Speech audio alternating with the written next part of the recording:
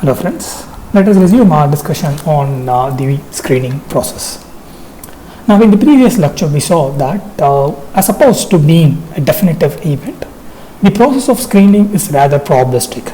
So what we mean by that is, unlike one of the processes that we have seen, one of the technique we have come across, which is crushing, wherein we were able to definitively say what is the change in the force that is experienced by the particle as it moves across a given crusher. Such deterministic statement cannot be made when we are dealing with screening, and the same went for us. The same goes for the process of grinding. So similar to that of grinding, the screening is also rather probabilistic in nature, meaning we can talk about the different events that constitute the process of screening in terms of probability. Now when we considered the events or the different changes that are involved during the process of or different processes that constitute screening, particularly from the perspective of the particles that are involved in it, we saw there are two different processes or events that constitute the overall screening.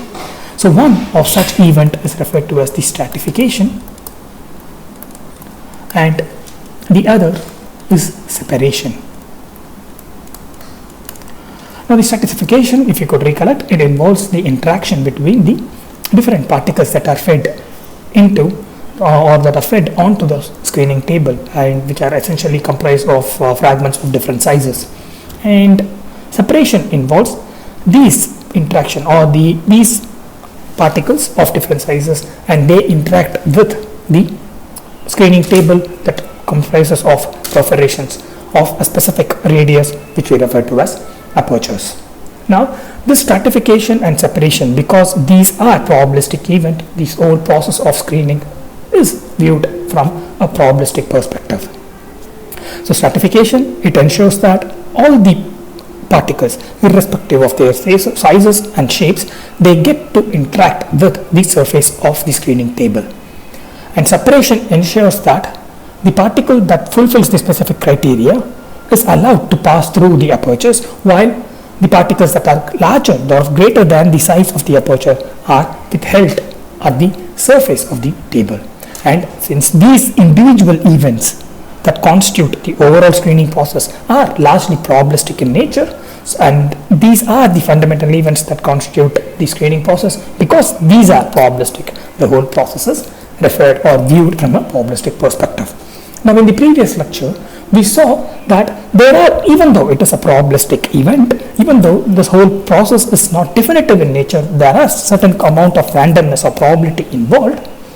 It is possible for us to increase the probability in such a way that we are allowed to get the desired amount of separation. We are allowed to arrive at the desired amount or desired degree of screening. So even though these depend hugely on probabilities, we saw in the previous lecture we can play around with certain parameters in order to ensure that the desired degree of screening is achieved. Now the overall fundamental aspect that we need to consider when we want to increase the probability of screening is to increase the time of interaction, the time spent by the particles on the screening table or on the screen. So when you increase this time that is spent by the particle on the screen, or the time that is allowed for the particle to interact, then as this time increases, correspondingly the time for stratification and also separation increases. So correspondingly, as the time for the time that the components, or rather the fragments, experience on the screens increase, the time that is available for the corresponding or the respective interaction that contributes to stratification and separation increases, thereby increasing the degree of screening. Now one way of increasing the time spent by the particles, so time spent by the particles on screen. So screen is nothing but the surface of the screening table, so that is rather appropriately referred to as screen. So when the time spent increases, the correspondingly the time allowed for the interaction, be it stratification or be it separation, correspondingly increases. This allows for a desired degree of separation or desired degree of screening. Now we saw One way of increasing the time that is spent or prolonging the interaction between the particles and with the surface of the particles amongst themselves and the particles and the surface of the screen is by reducing the feed rate. So this is something we saw in the previous lecture. So by reducing the feed rate, we are able to increase the time that is allowed for the particles to interact with each other and also the particle to interact with the screens.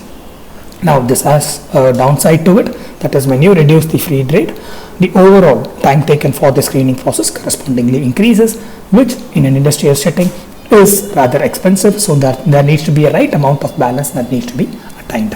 Now the other factor that we consider that would increase the probability of the interaction, that would increase the probability of the screening event through increasing the interaction that is between the particles and the interaction between the particles and the screening is the angle of inclination or the inclination angle. So inclination angle is associated with the angle with which or angle along with which the screen is rather inclined. So this the reason we have an inclination is primarily because it helps us gather the large size particles, the particles that with size is greater than that of the apertures. So the inclination allows those particles to be gathered on its own during the process of screening. Now when the angle of inclination is reduced, the time spent by the particle correspondingly increases, thereby increasing the probability of screening.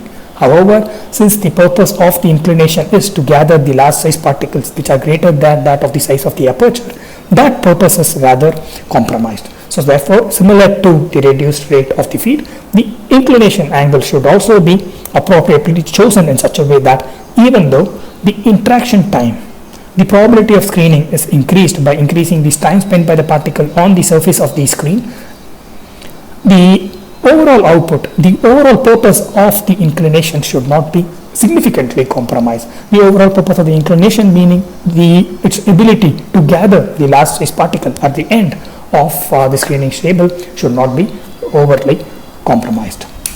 Now the other aspect that would help us, or that other factor that would help us ensure that the particles are sufficiently interacting with each other and also interacting with the surface of the screen is vibration. Now the vibration, it ensures that the particles that are naturally that occupy the surface of the screen and the particles that naturally do not have the opportunity or they are naturally not inclined to occupy the surface of the screen, that is largely smaller particles, their roles are reversed and all these particles are allowed to interact with the surface of the screens through the vibration. So essentially when you feed in the mixture of a given mineral which is of varied sizes, naturally the large size particles, they occupy the lower strata, meaning they occupy a position that is in direct contact with the screen. However, and correspondingly or in contrastingly, the smaller size particles, they, because of their sizes, they occupy a section wherein they occupy a section on the lower strata of the large size particles. These smaller size particles are usually found above the larger size particles. So therefore, the interaction between the smaller size particle and the screen is rather interrupted. What vibration does is, it ensures that all the particles, irrespective of the sizes and the shapes, they are allowed to interact with the surface of the screen, thereby facilitating the separation. So both stratification and separation are being enhanced by the process of vibration. Stratification primarily because it allows the particles that are not naturally inclined to occupy the lower strata, that are not naturally inclined to interact with the surface of the screen. Vibration allows those particles to interact with the surface of the screen, and the way it enables or it facilitates or it encourages separation is the particles can be of different sizes. The particles can be of spherical sizes and the particles can be of the irregular sizes. When you have a particle of irregular size, along one orientation, the particle will not pass through the given aperture. However, along a different orientation, the particle might pass through the given aperture, and this change in the orientation is achieved by vibration. So what I mean by that is, supposing this is your aperture size and you have a particle that is of size something like this. Now as it is, because along this orientation here, since the particle size is greater than that of the aperture, the particle will not pass through, this particular particle will not pass through the aperture. Now, on the other hand, if somehow we are able to change the orientation of the particle in such a way that it is now inclined in this manner, the same particle is now oriented in this direction. Now, in this case, so we have the same particle and now it is oriented in this direction. Now, in this case, the particle is allowed to pass through the aperture, is allowed to pass through the perforation. Now, this change in the orientation is achieved by vibration. So, vibration, it helps both in stratification and also in separation, and thereby increasing the degree of screening. Stratification ensures the smaller particles that are not naturally inclined to interact with the surface, it ensures it reaches the surface of the screen. And the separation, how vibration helps the separation is by changing the orientation of the particles in such a way that the favored orientation will be achieved, and through this favored orientation the particles will be able to pass through the perforations. Now, similar to that of both reduction in feed rate and the inclination angle, vibration, even though it has rather, when compared to both reduction in feed rate and also the angle of inclination, even though relatively the vibration is more advantageous, there are certain degree of disadvantages associated with vibration. One is that it is the exceeding amount of vibration would automatically lead to the loss of your feed. So there will be too much wastage if you keep on increasing the vibration in order to ensure that you have achieved sufficient amount of stratification and separation. For that, when you keep on increasing the vibration, then the wastage also correspondingly increases. On top of it, in order to increase or in order to introduce or rather play around with the vibration, in order to govern or dictate the vibration, you need to have sufficiently sophisticated equipments. So therefore, those sophistication they come with a price. So therefore, playing around with the vibration or alternating with the vibration or regulating the vibration is rather an expensive process. So similar to all the other processes that ensures the sufficient degree of screening is reached, vibration also comes up with its own disadvantages. One is the loss of particles. When you increase exceedingly the amount of vibration, there is a loss of particles or loss of feed. Secondly, in the vibration, or to govern the vibration, in order to regulate the vibration, you need sophisticated setup, and that is usually expensive. Now, the other factor that governs the probability of screening through the stratification and separation, through the interaction primarily between the particle and the screen, is the open area. Now we saw there are certain factors that dictate or that govern both the interaction. That is, for instance, vibration, it governs both the interaction. It governs the interaction between the particles and particles, and it also governs the interaction between the particle and the aperture or the surface of the screen. And the same goes for the inclination angle, meaning by increasing the amount of time the particle spends, or the mixture of particles that spend on the surface of the screen, it dictates or it influences both stratification, the interaction between particles, and separation, the interaction between the particles and the screen. And the same goes for the reduced feed rate, that is, by increasing or prolonging the time that is spent by the mixture of particles on the surface of the screen, it influences both stratification and separation. However, the final factor, that is open area, this factor is largely governs, or it largely dictates the interaction between particles and the screen that is associated with separation. So the open area, this factor, it largely influences the event of separation. If you could recollect, while we discussed while we considered our view, or when we wanted to view the screening as a probabilistic event, we considered there are several or three different factors that govern the probability of screening, and that involved particle sizes, and the other factor was the aperture, and the other factor was the wire diameter. So if you could recollect, so this is something that we looked into in our previous lecture. Whenever you want to quantify the probability of the screening event, you need to discuss about or consider the particle size, the size of the openings, the size of the perforations you have on the screening table, that is aperture, and the size of the diameter of the wires that brings about the that rather dictate or that rather govern the size of the apertures. The wires that bring about the perforations on the surface of the screen, they have a specific size, and those size needs to be considered whenever you want to view the screening as a probabilistic event.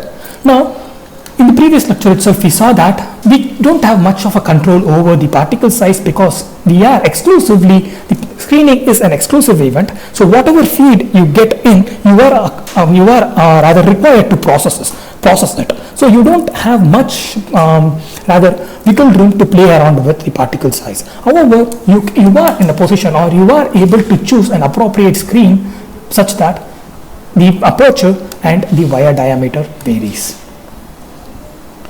So this is something that is possible for us to design. So what essentially open area does, or this factor of open area, it considers these factors that has to do with the surface of the screen. So essentially, since we are not able to govern the particle size, which plays a critical role on the probability of screening, we are allowed to rather choose the aperture size and the wire diameter, or we are allowed to devise the aperture size and the wire diameter in such a way that we are in a position to increase the probability of screening. And this is done in a singular context by appropriately selecting the open area that is associated with the surface of the screen. So open area is a factor that is associated with the surface of the screen. It is nothing but the ratio of the aperture and the wire diameter. Aperture and the wire diameter. So in its elemental form, this open area is the amount of area that is open or that is available for the separation to take place. So the open area is nothing but the ratio of these two factors that govern or that dictate the probability of the screening event. So essentially what you have is another way of describing the open area is by considering the overall apertures, the overall area of the aperture on the surface of the screen. So overall area of the aperture divided by the overall area of the screen. So this is a holistic way of describing the open area. So you have aperture, you know an opening, you know the diameter of the opening, you know number of openings that are present on the surface of the screen. Now based on that, you will be able to calculate the overall area of the aperture. And also you are able, because since you devise or design the screens, you are able to estimate the overall area of the screen that includes the apertures as well. So therefore, and ultimately when you take the ratio, you end up estimating the open area.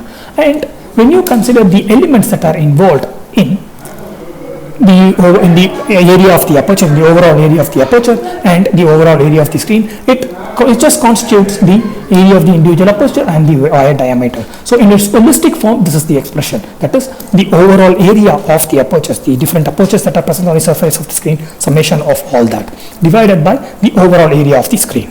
So if you have a screen of this form, so the overall area of the screen is just this, and the area of the apertures will be collection of all these areas. So collection of all these areas will constitute the numerator, and the overall area of the screen will be what constitute the denominator. And in its elemental form, what you would essentially have is, so the definition of the open area can be expressed, or the description of the open area can be expressed in two different ways. One in a holistic manner that includes the overall surface of the screen and the overall surface area of the apertures. You take the ratios of them, and then you will be able to arrive at the comprehensive description of open area, or you could consider the elemental forms of it, and then you could take the ratio of the aperture diameter and also with respect to that of the wire diameter. So it's essentially simplistic, or rather the elemental form, and it is also possible for you to reduce this expression into this. Of course, a part of this expression, or part of this reduced expression, will include the specific term here, which ultimately governs the open area. So now, open area, what it ensures is the sufficient degree of separations. You have sufficient amount of perforations that are present in your screen that allows for the separation. The way open area ensures or increases the probability of screening is by ensuring sufficient degree of separation is achieved.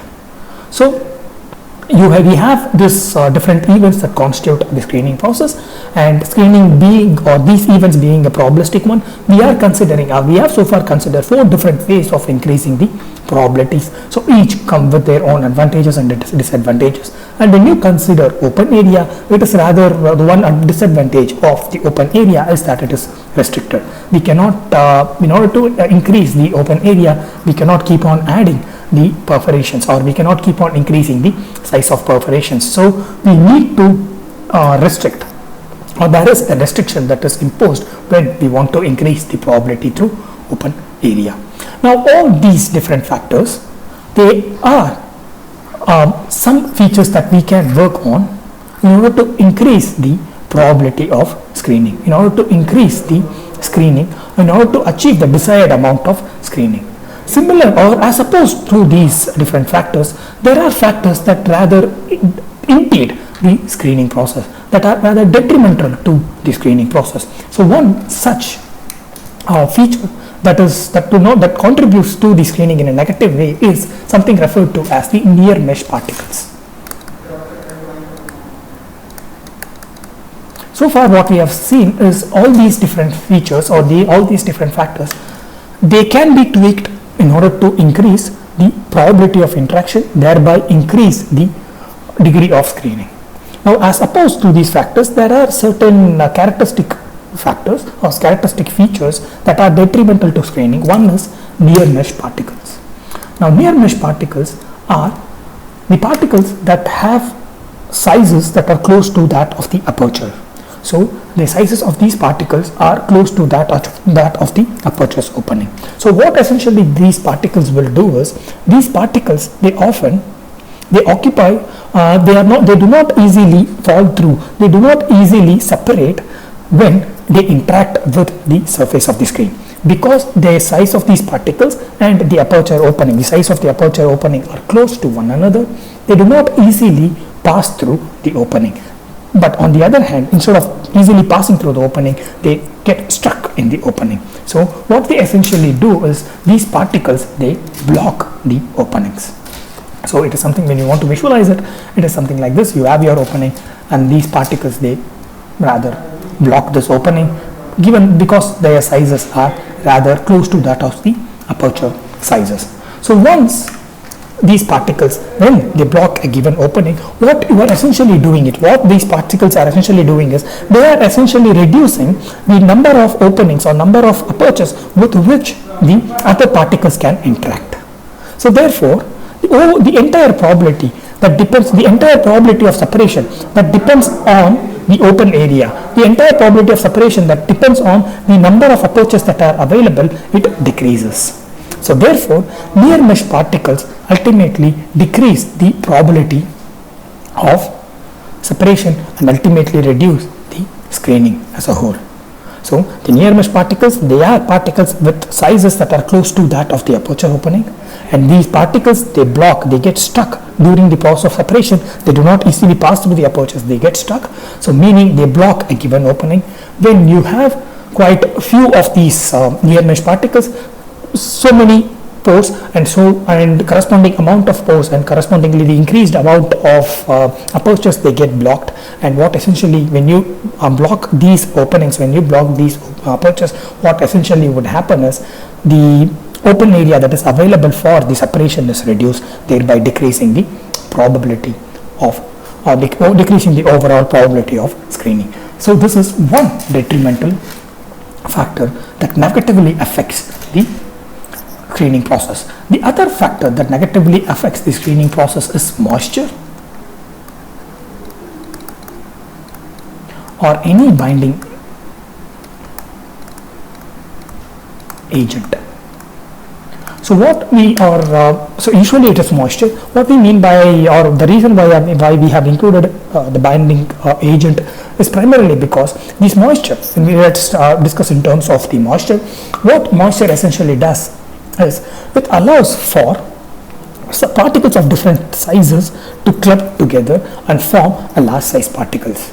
And usually these large size particles often are the particles that interact with each other, or the particles that join together and form a particularly sized particles. These particles are often close to the size of that of the apertures. So meaning when you have few different particles, smaller particles that wants to pass through a given aperture. So you have an aperture and you have few say different particles that wants to pass through the aperture. Now when they want to pass through this aperture, they get rather relatively crushed. So they get rather relatively compressed, and when they get compressed, when these particles, in between these particles, when they have moisture present, here when they have moisture present, what they essentially do is they form a pseudo particles. They form a particle that is not essentially a single large particles, but they form a pseudo particle comprising of these small particles, and they block again. They block the aperture. So essentially, moisture or any binding agent, what it does is it creates pseudo particles, and these pseudo particles often block the apertures. Let me repeat: what moisture or any binding agent does is, when you have small size particles attempting to go through a given aperture simultaneously, so they need to get crushed. They need to, all these particles, when they want to go through this aperture simultaneously or more or less at the same time, they experience some sort of a compressive force. And because of this compressive force, and since there are moisture that are present in between these particles, they form a pseudo particle that are close to the size of the near mesh particles. So essentially, moisture or any binding agent leads to the formation of pseudo particles that are close to the near mesh particles, and similar to the near mesh particles, because their sizes are that of similar to that of the opening of the aperture, you have blockade of a given opening, and this blockade then reduce the open area, thereby reducing the probability. Now in case of near mesh particles, the particles themselves, they have a size that is close to that of the opening, that's close to that of the aperture opening. However, in case of the when you consider the detrimental effect that is rendered by moisture or any binding agent, even though the particles themselves are smaller in size, these moisture or the binding agents, what they allow is they allow for the formation of pseudo particles that is very much close to, particularly these interaction of the smaller particles are while they pass through or while they attempt to pass through the openings, and because of while they attempt to pass through, there is some degree of compressive load that or some degree of closeness these small particle experience. Because of this closeness, you have the formation of the pseudo particles, and these pseudo particles have a size that is similar to that of close to that of the opening, thereby again creating a blockade of a given aperture, thereby reducing the open area and ultimately reducing the probability of screening. And it is also possible that even the area or the aperture of a given opening can be reduced by the rather coming together of a particle with moisture and the opening itself. So essentially, instead of all these particles coming together and forming a pseudo particles that with size equal to that of the size of the aperture, it is also possible that because of the moisture, presence of the moisture or the binding agent, the overall area or the surface or the diameter of a given aperture can be reduced by the accumulation of the particles on its inner region. So the particles can get accumulated. The particles can get bound with the inner surface of the apertures, the inner radius of the apertures, and this binding. So this accumulation is possible because of the presence of a binding agent or a presence of moisture. So the role of moisture in decreasing the probability of screening is predominantly by creating pseudo particles that have size equal to that of the near mesh particles. The other role moisture plays is by reducing the size of the opening, the size of the aperture, thereby reducing the open area that is allowed for the separation. So what essentially we have seen is, given that the events that constitute screening is probabilistic in nature, the overall screening process is also probabilistic. So despite it being a probabilistic process, it doesn't mean it's all probabilistic, it's all rather random, so we don't have any control over it. It's not like that. It is possible for us to increase the probability of screening. So we have seen 4 different factors that allows us to improve the degree of screening event. in addition to that, there are two other factors that decrease the overall screening event. So with this, what we will be doing is we will be winding up our discussion on the overall process of the industrial screening. Again, this is the discussion we had so far is associated, or it is in the context of the industrial scale screening process. It is not a laboratory screening, because in lab setting what we essentially do is, when we want to separate the particles based on the sizes, we go for sieving. This process of separation, or this process of separating the particles based on the sizes, this screening is rather done in an industrial context, in a large scale context. And with the different factors that either contribute or impede the process of screening, we will wind up, or we will rather conclude the discussion on the probabilistic view of the screening. Now, when we talked about the probabilistic view, when we consider the different aspects that would improve the probability of the screening, what we essentially mean by that is we want to increase the efficiency of screening. So far, our discussion have largely been rather conceptual. We were not discussing in terms of any specifics. That is primarily because we saw that the overall process of screening is probabilistic in nature. Therefore, we were forced to talk in terms of in conceptual. We were forced to discuss largely in a conceptual manner. Now, let us get into some of the specifics that is possible for us to estimate from the screening process, even though it is a probabilistic one. There are certain specifics that we can estimate from the screening process. So one such specific that one can determine from a given screening process is the efficiency. Now, whenever in the previous discussion, whenever we considered that we want to increase or we want to achieve the desired degree of screening, what we meant essentially was we want to achieve or we want to increase the efficiency of screening. So what we mean by efficiency is whenever you have a certain fraction of a given particles, these particles can be above the size of the apertures or below the size of the aperture.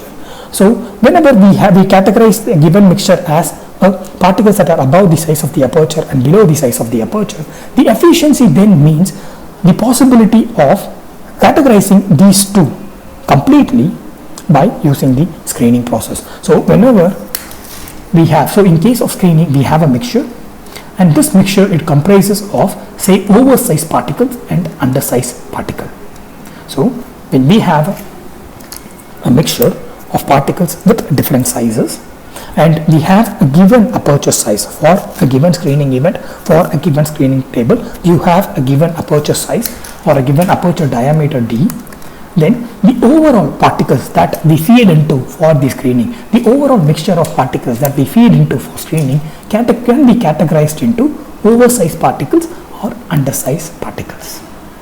Now, when we say a given process as completely screened, a given technique, or using this particular approach, I have completely screened my mixture, then what essentially we mean is we were able to separate the undersized particles completely from that of the oversized particles. So whenever I say that I'm able to achieve a complete separation, what it means is that through screening I was able to completely separate the oversized particles from the undersized particles. So all the oversized particles, it stayed above the screen, and all the undersized particles, it fell down the screen. So essentially that is how we will be able to, or that is how we would, that is when we would say that I have achieved a complete screening. Now often, particularly given that the screening is a probabilistic process, we need to have a terminology, or achieving such complete separation is quite rare, or achieving that such complete separation is quite difficult. So therefore we need to introduce a parameter that will help us quantify the degree of screening. So we saw in our previous slide that, or even in the previous discussion, that the screening is a probabilistic process. So we cannot make any definitive statements. However, we can attempt to increase the probabilities, and when we increase the probabilities, then essentially what we mean by that is we are attempting to bring about as much separation as possible between the undersized and the oversized particles. Now, given that it is a probabilistic event, we will not be able to achieve a complete separation. However, the degree of screening needs to be quantified, and one way of quantifying is by estimating its efficiency.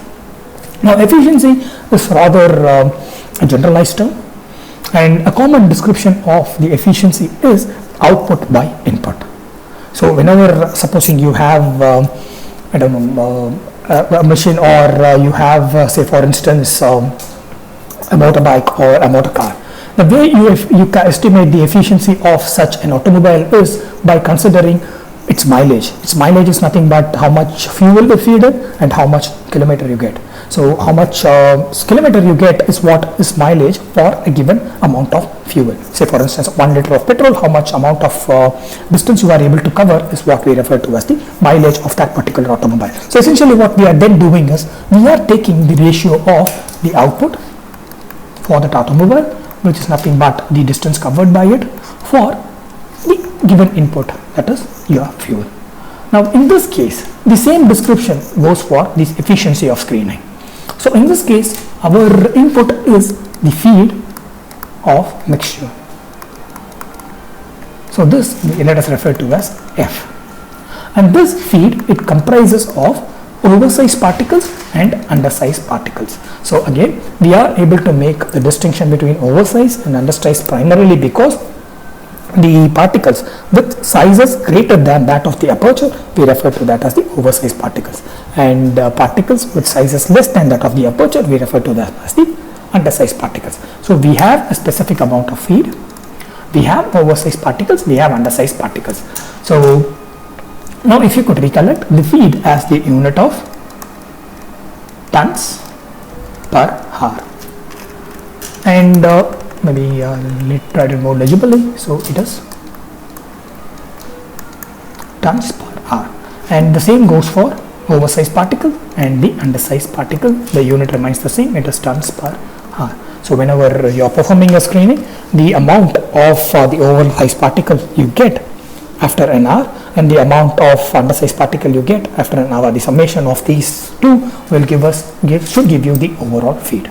Now when you consider, so this is your input, and often you are interested in separating. So when you consider the conventional description of the screening, you are interested in separating the undersized particles so that you can directly pass it on to grinding. So you are interested in separating the undersized particles from the overall feed. So that means efficiency in this case should be the ratio of the undersized particles and the overall feed. However, we need to think more closely here. We need to consider something more important here. That is, the efficiency is only possible when some fraction of the undersized particles that you desire to separate, it is attached to the oversized particles. Meaning, you want to separate a specific, the undersized particles of a specific size or below. So whenever all these undersized particles are collected, whenever they are separated completely, then what you essentially have is you have a complete separation. So let me repeat, when essentially what you need to do or what you want to do during screening is you want to separate all the undersized particles. So that is your ideal goal. However, because of the constraint, because of the nature of the process itself, because the whole screening is probabilistic in nature, a complete separation is not possible. Because a complete separation is not possible, we are considering efficiency. The only reason we are considering the efficiency is because we are talking in terms of increasing the probability of screening, not as complete screening. So whenever our ultimate goal is complete separation, then we don't need efficiency. The efficiency is required only when we are talking in terms of degree of screening. So what it means is that some portion of your undersized particles is getting attached with the oversized particles and it is getting removed along with the oversized particles. So only when that happens, the complete separation, which is ideal, is not achieved. So first thing is a complete separation using screening is not possible because screening itself is probabilistic in nature. Now we are trying to arrive at some formulations for it. Now the complete separation is not possible only when some fraction of the undersized particles they get attached with the oversized particles. So the complete separation is when we have these two separated in this manner. Imagine along with some amount of, or along with the oversized particle, you get some amount of undersized particle attached with it, and you have undersized particle at one end and combination of oversized and undersized particle at the other end. So this is the realistic separation that we achieve. A complete separation is ideal. A realistic separation is one wherein some portion of the undersized particle they get attached to the oversized particle. So that is what realistically happens. So that is the reason why we need efficiency, why we introduce the concept of efficiency, because the whole event is probabilistic in nature. Some portion of the undersized particles they get attached to the oversized particles. Now when we talk about some portion of the undersized, some portion are getting attached to the oversized, a more technical way of talking or expressing that would be a given fraction. So initially, if we have a given fraction of, so if your feed has a specific fraction of oversized and undersized particle, the small f here, it indicates a given fraction of the undersized particle which we desire in feed. And let us have a small o. This is a given fraction of the undersized particle in the oversized collection. So we are collecting the oversized particle at the end of the screening table, and a fraction of this undersized particle get attached to this oversized particles, and they are collected along with the oversized particles. And finally we have the fraction of the undersized particles that are collected. So the fraction of undersized particles that are collected along with the other undersized particles. So along with the undersized particles. So essentially what we have is, since the screening event is a probabilistic one, we have not all the fraction of the undersized particles that is present in the feed gets collected or completely collected. Not all fractions that is present in the feed, that all fraction of the undersized particles that is present in the feed gets collected separately, and the oversized particles gets collected separately. This does not happen because that would be the ideal case here. So ideal case here would be the fraction of the undersized particles in the oversized will be 0. This would be our ideal case. However, in realistically what happens is, the undersized particles they get associated with the oversized particles, and they get collected along with the other oversized particles. So you have a fraction of the undersized particles that are present in the feed, and some fraction of it is collected in a desired manner along with the undersized particles, and some fraction of it is collected along with the oversized particle in a rather unfortunate manner or in an undesired way. So essentially, since our screen it remains the same, our other parameters, for instance vibration, inclination and all the other parameters, it remains the same. What we essentially have is the fraction of the feed or the fraction of the undersized particles that is present in the feed will be equal to that of the fraction of the undersized particles that is present in the undersized feed that we collect, and the fraction of the undersized particles that is present in the oversized feed we collect. So essentially you need to distinguish the fraction and the feed. So feed is the amount of particles that you feed in per hour, and based on the amount of particles that you feed in per hour, you get a certain amount of oversized particle per hour and certain amount of undersized particle per hour. Now in the undersized particle there is a fraction of the undersized, or rather there is a fraction of the undersized particles that is present when you compare it to the overall undersized particles that was fed in. So this is a fraction of the undersized particles or this is a fraction of the undersized particles which is a part of the overall feed that you have provided. Now in addition to that, some fraction of the undersized particles has gone along with the oversized particles. So you have, instead of the undersized particles getting completely consumed or completely being part of the collection of the undersized particles, we have some fraction of the undersized particles that are coupled with the oversized particles that are collected along with the oversized particles. Now the reason we need to make this distinction between the feed, which is such as the unit of tons per hour, and the fraction, which is usually dimensionless in nature, because these combination of these two, or particularly these fractions, they are constant for a given screening event because all the other parameters are fixed.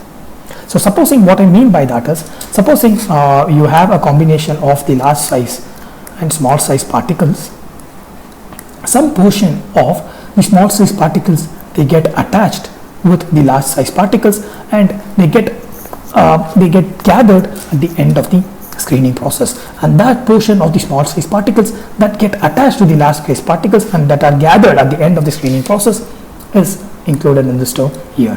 And some portion, or the specific portion of the small size particles that get gathered along with the undersized particles, these are mentioned in this term here, and the summation of these two gives you the overall feed. Now when you consider the efficiency, which is nothing but the desired output minus the with respect to the input, then it is expressed in this manner, wherein you consider the fraction of the desired undersized particle that is present in the undersized feed with respect to the fraction of the undersized particles that is present in the overall feed. So this way of expressing the efficiency ensures that we are not talking about a specific event, we are not talking about a specific instance, but we are talking about the overall process of screening, because these fractions, they are governed by, or they are dictated by the overall process of the screening. So essentially, instead of having, whenever we talk about efficiency, instead of this expression here, if we consider the efficiency as U by F, what we are essentially talking about is an expression that relates to the feeding rate and the output rate, that is rather dependent on the that is rather just concerns about the amount of feed that you get, or amount of feed that you provide, and amount of output that you get for a given instance of the operation. What you are not considering is how constant will this be when you change the feeding rate. So in order to have a generalized expression, you are considering the fraction of your desired particles, that is the undersized particles that is present in the overall feed, and the desired particles that is present in the output. And by ensuring, or by including these fractions, you are now able to arrive at an expression for this efficiency here. So by considering the fractions of the undersized particles and the undersized particles in a given output, and the fraction of undersized particle in the overall input, you will be able to calculate the efficiency. So with this, I would like to wind this lecture up. Few aspects of this efficiency we will consider in the next lecture, and then we will move on to a different discussion. Goodbye.